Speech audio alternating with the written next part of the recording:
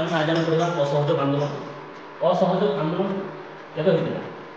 1983। Very good.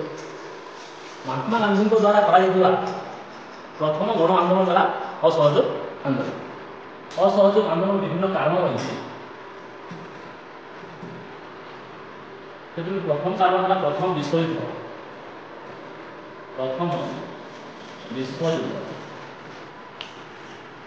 ପ୍ରଥମ ବିଶ୍ୱଯୁଦ୍ଧରେ ଭାରତ ଇଂରେଜମାନଙ୍କୁ ଏବଂ ମିତ୍ର ଶକ୍ତିକୁ ସାହାଯ୍ୟ କରିଥିଲା। କିନ୍ତୁ ବିଶ୍ୱଯୁଦ୍ଧର ପରିସମାପ୍ତି ପରେ ଇଂରେଜମାନେ ଭାରତୀୟମାନଙ୍କ ପ୍ରତିଶ୍ରୁତି ଦେଇଥିବା ପ୍ରତିଶ୍ରୁତି କିମ୍ବା ରାଜନୈତିକ ଦାବିଗୁଡ଼ିକୁ ପୂରଣ କଲେ ନାହିଁ। ଦୁଇ ନମ୍ବର କାରଣ ହେଲା ରାଓଲାଟ ଆଇନ।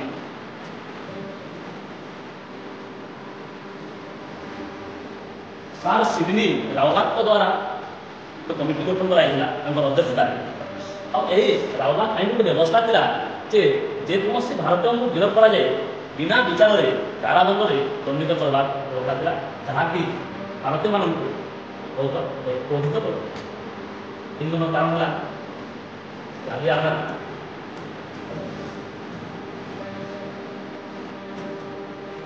ଜାଲିଆନାୱାଲା ବାଗ ହତ୍ୟାକାଣ୍ଡ।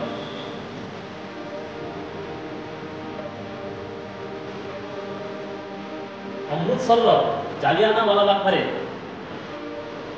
ଜମା ହୋଇଥିବା ନିରୀହ ଜନତାଙ୍କ ଉପରେ ଇଂରେଜମାନେ ଗୁଳି ବର୍ଷଣ କରିଥିଲେ। ଏହି ଘଟଣା ମଧ୍ୟ ଭାରତୀୟମାନଙ୍କୁ କ୍ଷୁବ୍ଧ କରିଥିଲା। ଚାରି ନମ୍ବର କାରଣ ହେଲା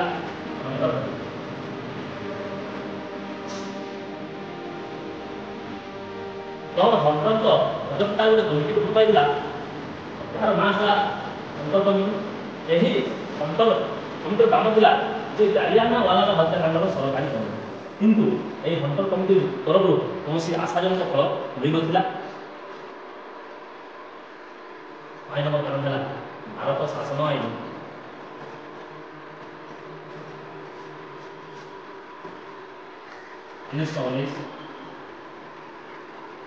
ଯାହାକୁ ଆମେ ମଣ୍ଟେଗୁ ଚେମ୍ସଫୋର୍ଡ ସଂସ୍କାର ଆଇନ ରୂପରେ ଜାଣୁ। ଏହି ଆଇନରେ ରହିଥିବା ସଂସ୍କାରଗୁଡ଼ିକୁ ଭାରତୀୟ ଜାତୀୟ କଂଗ୍ରେସ ପ୍ରତ୍ୟାଖ୍ୟାନ କରିଥିଲା ଏବଂ ଗୋଟେ ଶକ୍ତିଶାଳୀ ସ୍ୱରାଜ୍ୟ ଦାବି କଲା। 1920 ମସିହା ସେପ୍ଟେମ୍ବର 4ରୁ 9 ତାରିଖ ମଧ୍ୟରେ କଲିକତାଠାରେ ଗୋଟେ ଭାରତୀୟ ଜାତୀୟ କଂଗ୍ରେସର ଗୋଟେ ସ୍ୱତନ୍ତ୍ର ଅଧିବେଶନ ହୋଇଥିଲା। 1920 ସେପ୍ଟେମ୍ବର 4ରୁ 9 ତାରିଖ। ଏହି ସ୍ୱତନ୍ତ୍ର ଅଧିବେଶନରେ ଗାନ୍ଧୀଜୀଙ୍କ ଅସହଯୋଗ ଆନ୍ଦୋଳନ ପ୍ରସ୍ତାବ ଗୃହୀତ ହୋଇଥିଲା। 1920 ମସିହା ଡିସେମ୍ବର ମାସରେ ଭାରତୀୟ ଜାତୀୟ କଂଗ୍ରେସର ନାଗପୁର ଅଧିବେଶନରେ ଅସହଯୋଗ ଆନ୍ଦୋଳନ ପ୍ରସ୍ତାବକୁ ଅନୁମୋଦନ କରାଯାଇଥିଲା। ଅସହଯୋଗ ଆନ୍ଦୋଳନ କାର୍ଯ୍ୟକ୍ରମ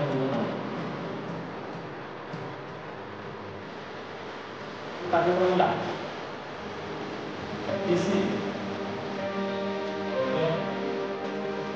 ଏବଂ